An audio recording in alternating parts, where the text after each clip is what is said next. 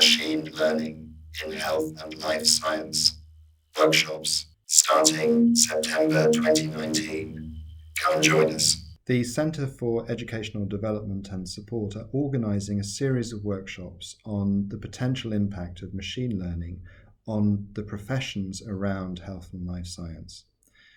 The reason why we're doing this now is because artificial intelligence, and particularly machine learning and deep learning, are being applied in many domains. All the predictions are that this is going to lead to the transformation of the working environment for our students.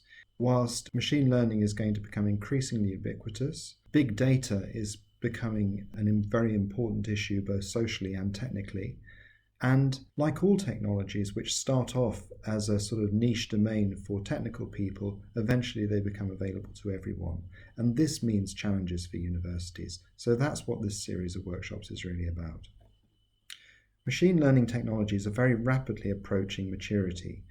First of all, there's the standardization of toolkits and skill sets. So most people developing machine learning solutions are using the same tools and skills.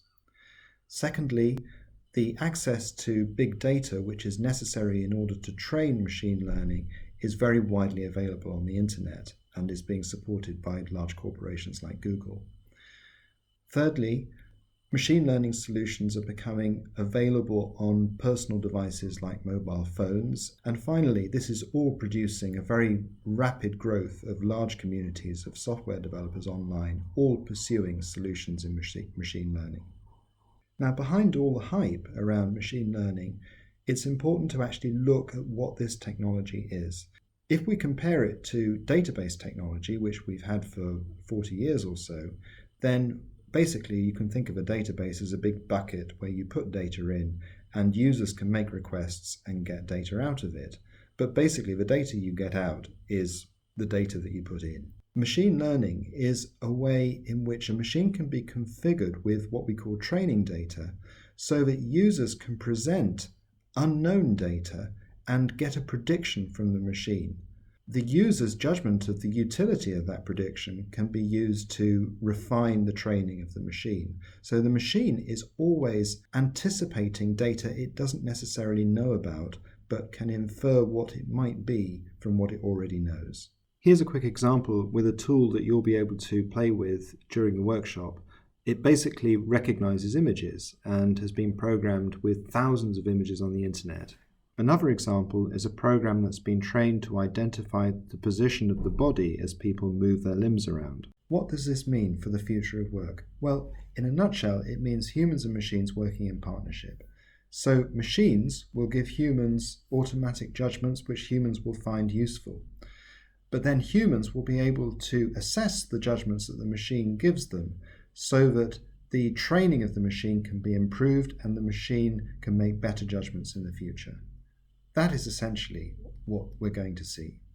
In these 5 workshops, you're going to become familiar with the tools and techniques and ideas of machine learning. So in workshop 1, we're going to look at the way this new kind of anticipatory technology will affect the traditional professions in the health and life sciences. And you'll have a chance to play with some of the tools and understand what it is that they actually do. In workshop 2, we'll explore how it is that this technology is progressing so rapidly with the standardization of toolkits and the ways in which it's going to get easier for everybody.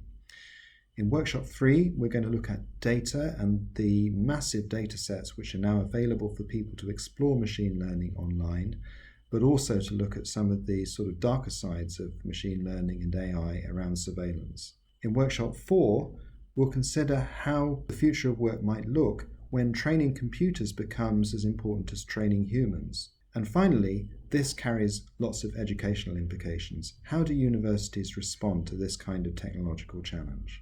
So come and join us in September. I've also been on a journey with this stuff, and